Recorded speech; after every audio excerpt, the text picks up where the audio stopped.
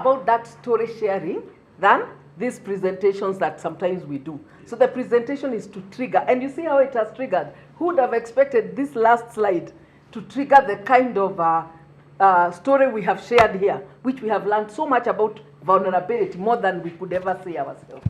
Yeah, so I want to say thank you very much to the participants, to all of you, each one of you, because you've all shared a lot of stories that have helped us learn. So we have learned better because everyone is willing to be open.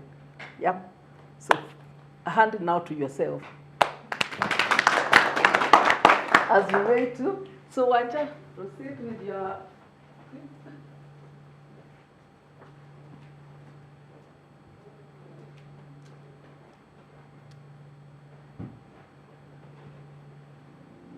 Our relationship with money represents our relationship with life. That's why I've dedicated my career to figuring out how my work as an accountant can tell stories about people that will ultimately help them improve their lives.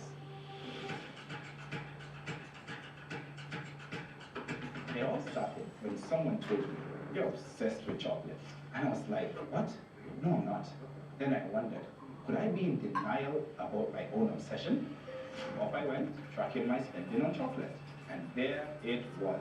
I was spending about $50 a month on chocolate. Analyzing my expenses helped me to understand that I had an emotional pattern. When I'm struggling or celebrating, I binge on chocolate. I had struggled with my weight for a very long time, and I was convinced that my diet was not the problem. It was my lack of effort in exercise, and certainly not chocolate. So I continued to exercise, but devoted less time to it, and instead shifted my focus and energy towards developing a more healthful diet. I lost 50 pounds. I believe we can all do this type of audit of our own financial behavior, and that we can learn surprising things about ourselves through tracking and charting our expenses. When an expensive pattern emerges, see what that pattern says about yourself.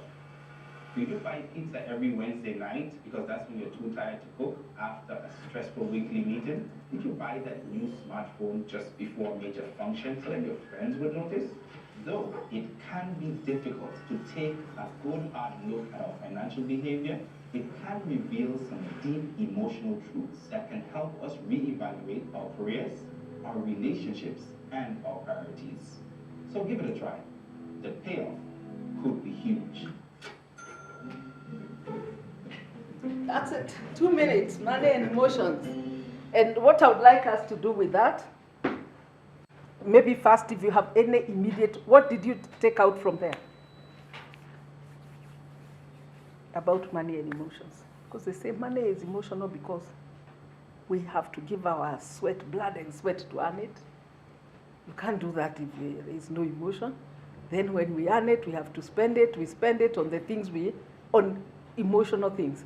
So I saw this analysis which looked at the things we spend on. Where do we spend our money? Let's try and match our spending and emotions with an emotion. Okay, first, before spend. When you have money in your pocket, you have it. Let's say just an example. Take a 10,000 amount, it's in your pocket. How do you feel? Good. You feel good. Yeah. That's an emotion, isn't it? Yes. Feel is a question. How do you feel? You feel good. So that now having the money feels, there's a sense of pressure, an emotional pressure. Okay, good. Then you take that 10,000. You take somebody out for dinner. How do you feel? Good. You feel good. Yeah. Okay, you can take that 10,000 and maybe tell your son, if you pass your exam, I'll give you a gift worth this 10,000. What are you doing? What is the emotion there? Playing with the emotion to work hard. What is the emotion that you feel? Oh, you still when, feel. What are you applying? What's an emotion? No, not. It's an emotional blackmail, so to speak. Emotional blackmail? Huh?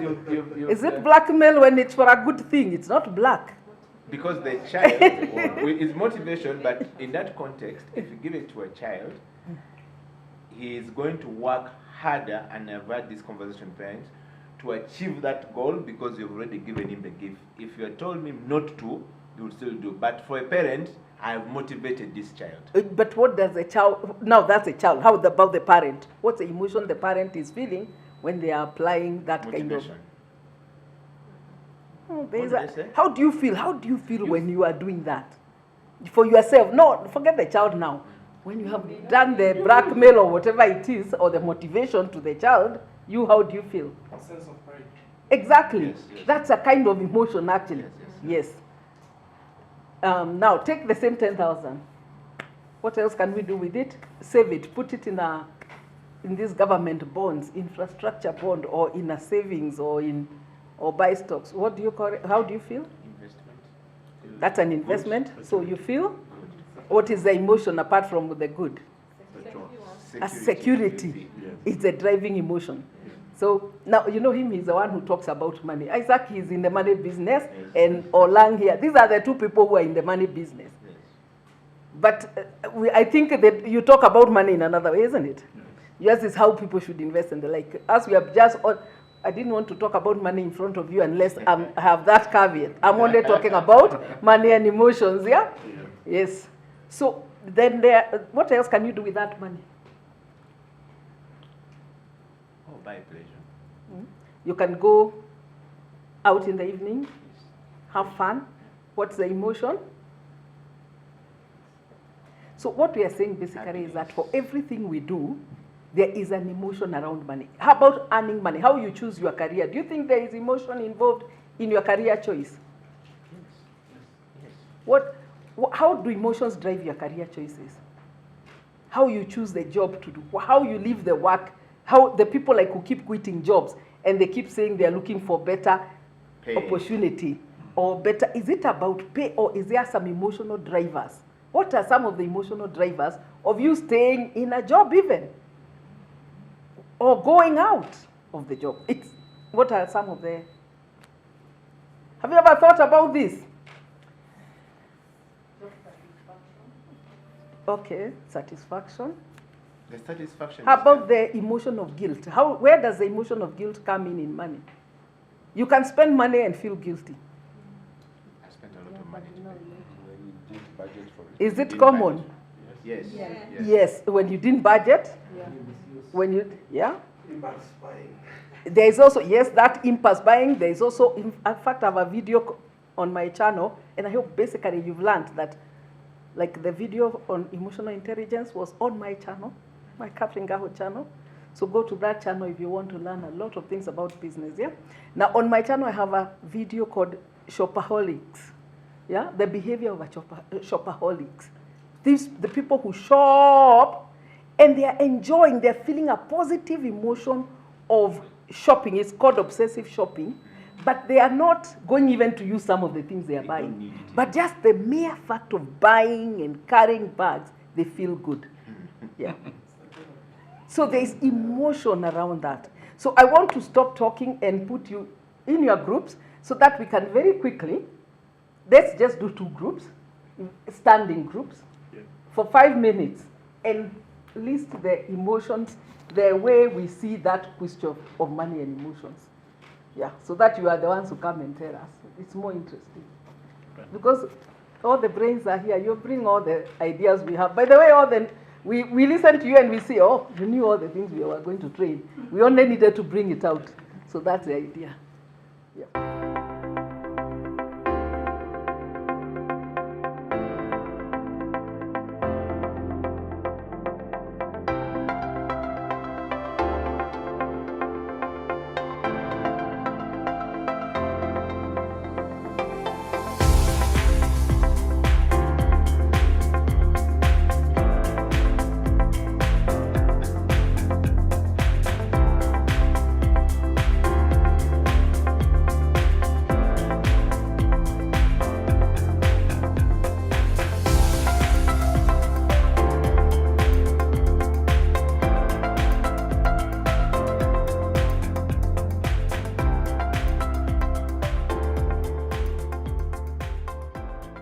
Good evening, Coach Isaac. I hope money is not going to be poured before I finish explaining our five critical points, our 5 pillars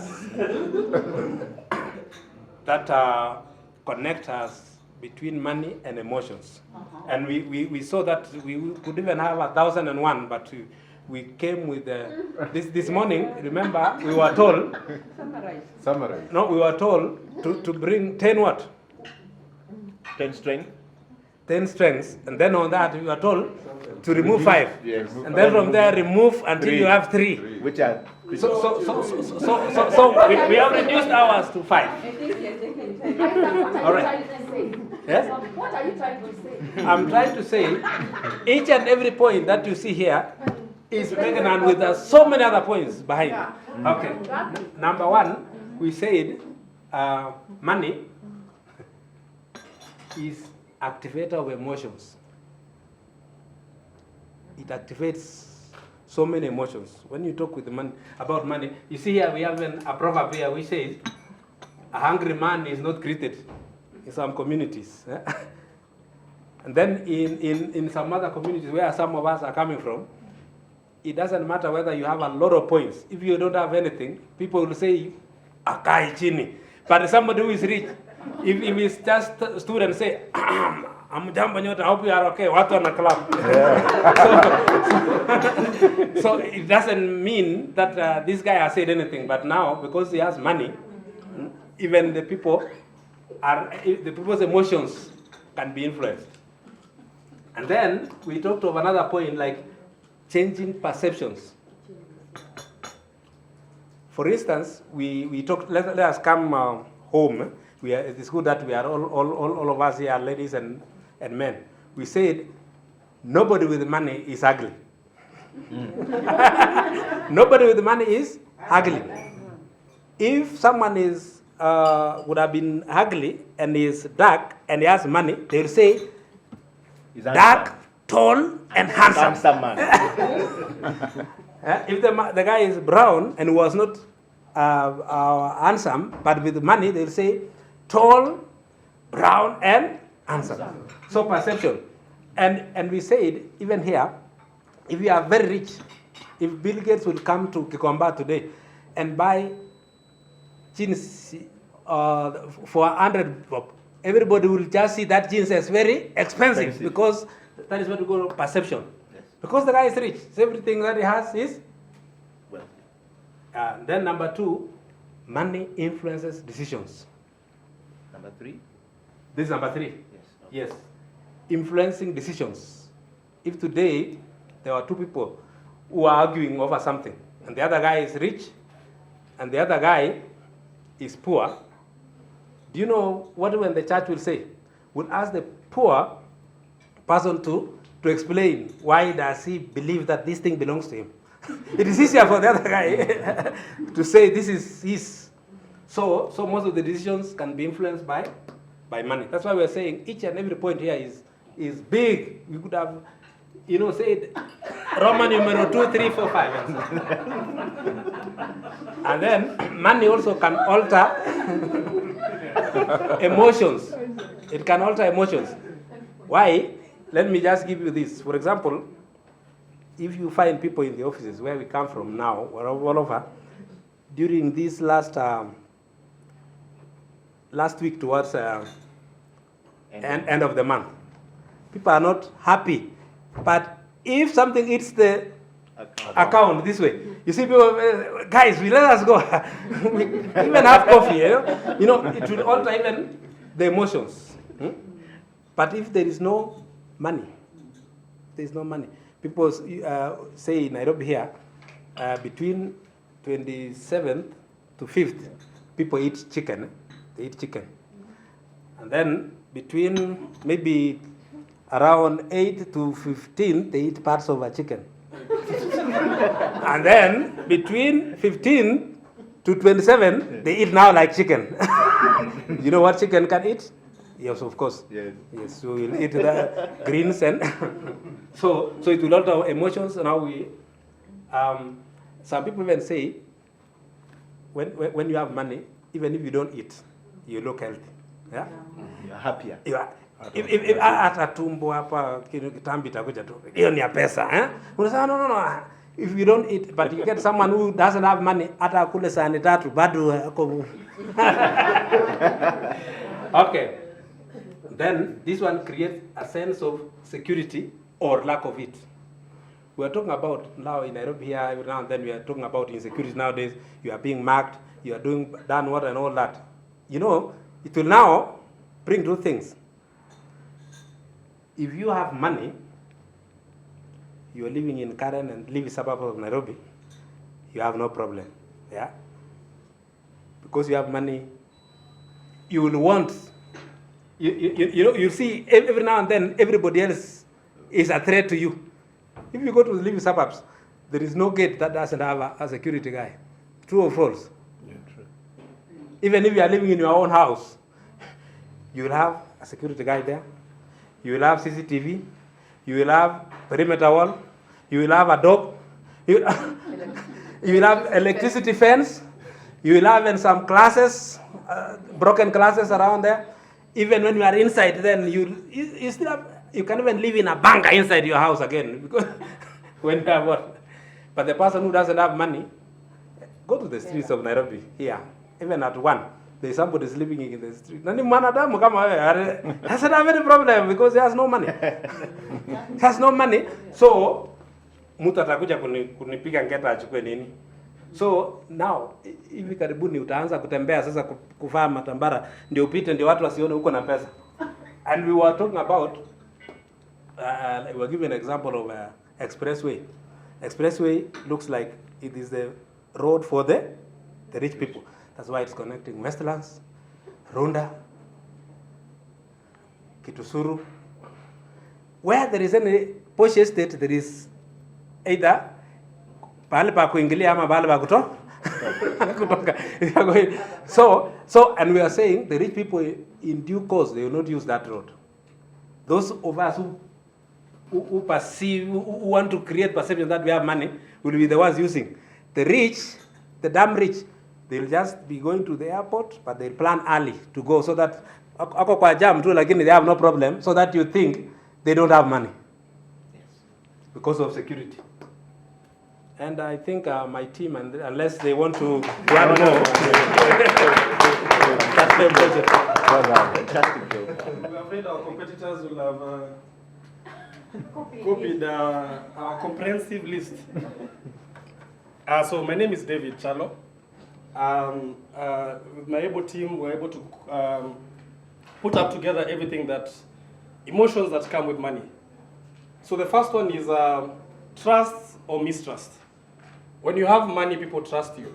If you pack a V8 here, somebody could give you 5 million shillings without paperwork. Lack of it, again, makes you very untrustworthy, according to the perception of people. Number 2, money gives you confidence. Lack of it gives you less confidence. Number 3, money gives you happiness or source of happiness. Lack of it, again, can give you lack of it, because if you're bored in the house and you're stressed up, the only thing you can do is watch a TV. A rich person can decide to go to Maldives. Those are two different experiences. Number 4, money could give you either security or insecurity. So there's somebody that came up with a quote said, money does not grow on trees. Number 5, you feel in control when you have money. Lack of it makes you feel not in control. Like when you're in a meeting and people are participating in kutoa pesa ya bill. If you're the richest person, you say, this bill is on me, gives you control. But when you don't have a meeting where people are subdividing a bill of 150,000, you feel not in control. Then the security was here. Then now number 7, makes you decisive. When you have money, gives you options. You could buy a Toyota, you could get a Range Rover, you could get a Probox, you could get a horse, whatever thing you want. Lack of it limits your decision making. Nashindo unakuwa kama wiper, sijui ninunue nguo amukule, so you're not very decisive. You can't make an instant decision because all of it is tied to your ability. Then number 8, it commands respect. Trust me, if somebody with money walks in, the aura is different. You just feel this person needs respect. You don't even want to be around them and mess up because it gives them respect. Lack of it, you've also seen it in our even family setup. Somebody with no money is less respected. True or false? Then number 9, freedom. Money gives you freedom and gives you choices. Lack of it limits your freedom. If you take a kid, say, from a very rural and poverty-stricken area, they only have few choices. Go to school, you know, the kawaida setup. A rich kid can become a pilot whether they were good in class or not. They could end up a business person whether they were good or not. They'll just be gotten a good CEO, they'll be chairman of the board. Number 10, maintains and supports relationships. Even the types of friends you have. With money, trust me, you'll get so many favors, true or false. Lack of it, everybody wants association with success and good things.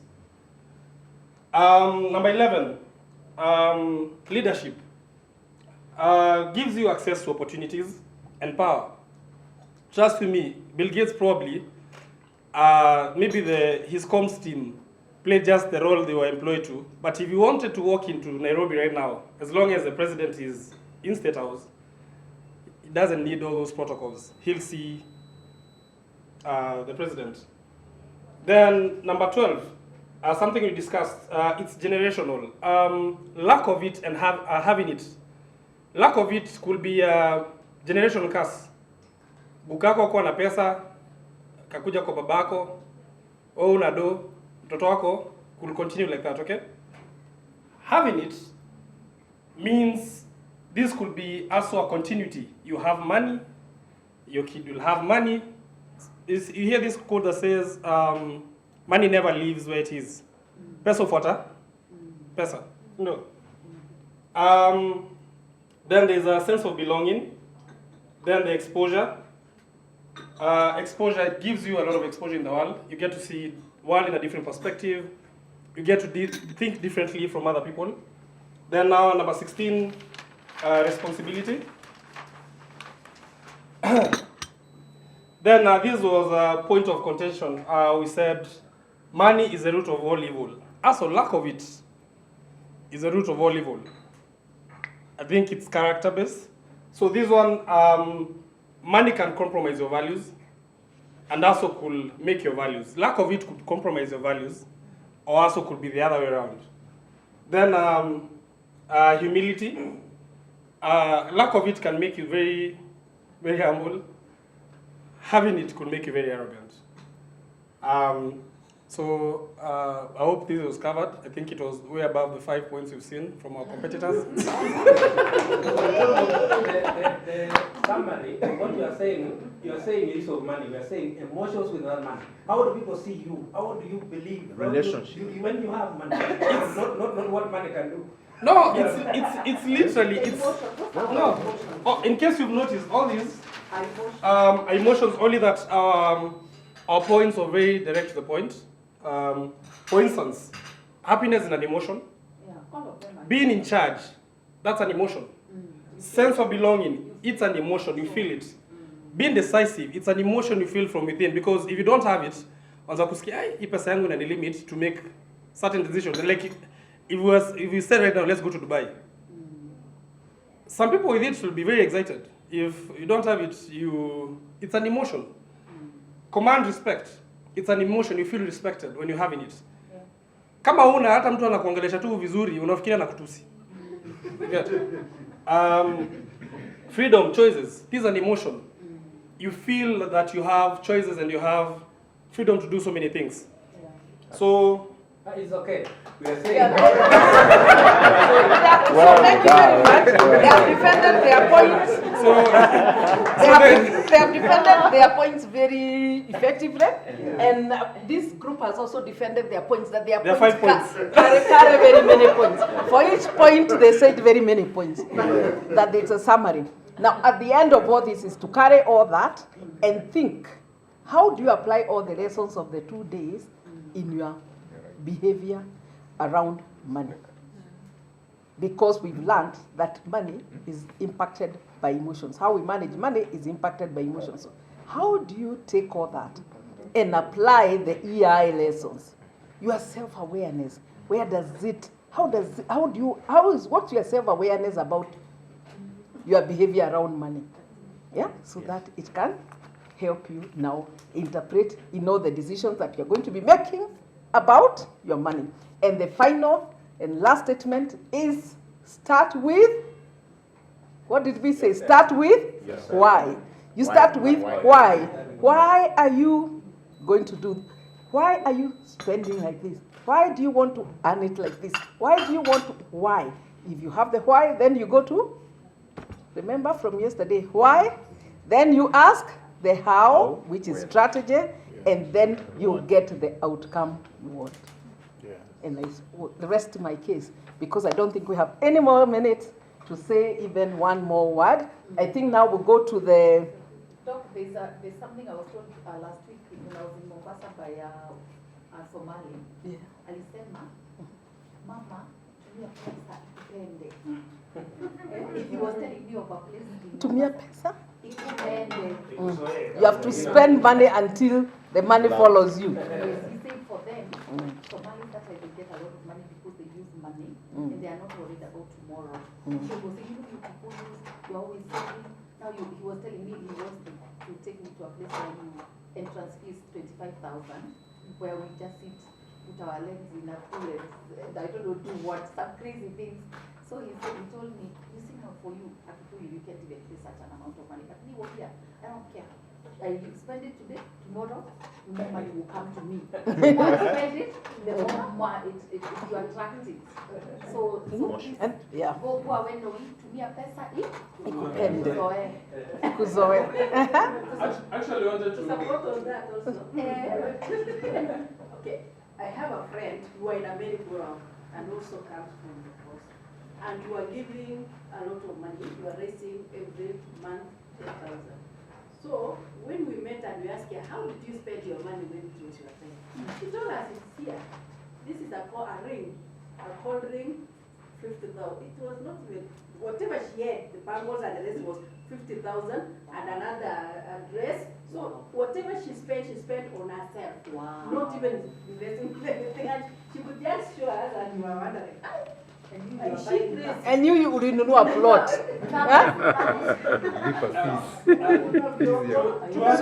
Different mindsets. To add to that, I'll refer you to a YouTube video. One of them is the rich people of Dubai. So there's one of them that is super rich. He says, earn it, spend it, earn it. He was asked if he puts the money in the bank. He said, earn it, spend it, earn it, spend it. Not literally, but there's a concept behind it. Then the second one I'll refer you to is it's called Steve Harvey. Steve Harvey gave a very good example. He said, once in a while, and this one thing my mentor taught me.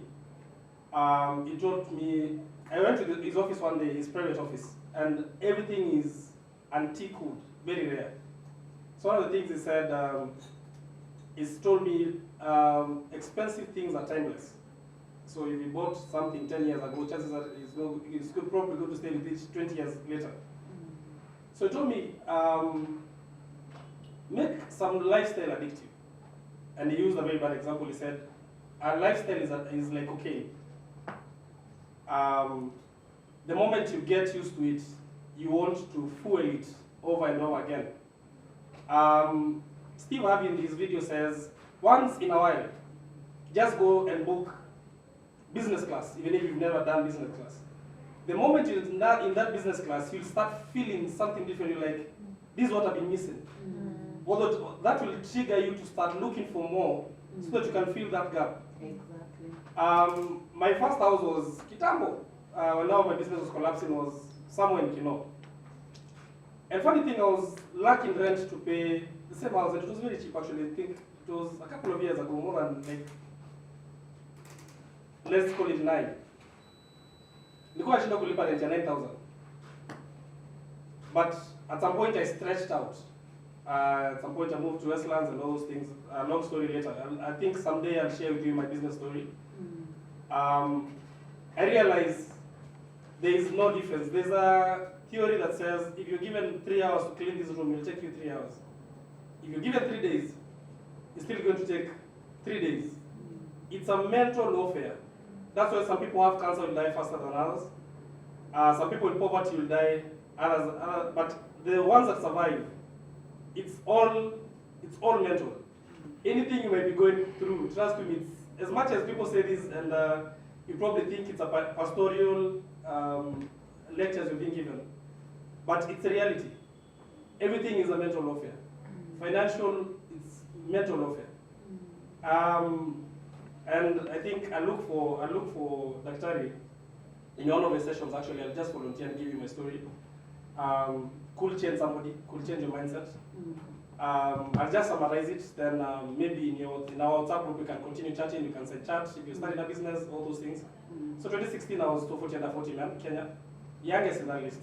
2017 my business collapsed. I think we're just talking. Most of our accounts were business, our government. That was election year, so you'll never pay. We went into debt, all those things. But for me to overcome, there's so many things that I relate to today's training. Vulnerability, one of them. EQ. Actually, EQ comes first. Then there's the issue of vulnerability. Then later on, I made it on Forbes under 30 Forbes list on Africa. But that came out of so much things that I learned the hard way, and I would wish to share this with people. If you're starting a business, if you're doing so many things, and you want to come out of this, and I realized it is never anything else. As long as what you have is in the heart, you just need to control your mind and make sure your mind is very stable. And for you to do that, you need to surround yourself with good support system. Talk to people, have genuine people in your life, be compassionate. Be mindful about others, then people will mind about you. There's so many things that you can learn. You don't need a billion shillings to change your life. You just need these people here. Just people that you can talk to, people that you can share with. Make it a habit to talk to people once a week, twice a week, twice a month, just like that. And so many things, so many little things will change in your life. So thank you so much. I'm happy to be here. I'm sorry to be late. I feel so bad that I should have been here yesterday, today. I met some people. And thank you so much. Thank you so much. And I think we've learned so much from listening to that story. We are also guilty a bit because we didn't remind, and I think they confused the dates. Yeah. So you use your own interpretation of the emotional intelligence.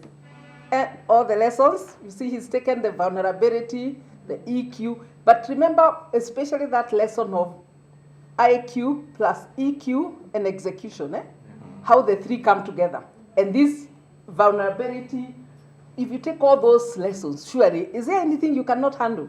No. Today there are people who are saying that we are delaying them, and when they go home, they didn't have visa to stay, that they may have problems. But I wanted to say, we are going to give you a certificate of EI, and anybody who's gone through this course, whether you have a visa or not, you can talk yourself out of any situation. And if you remember, we said you count, and you saw Steve Jobs, how he was counting. He even drank water so that he could count more. So when situations get hard, just count down so that you can cool down before you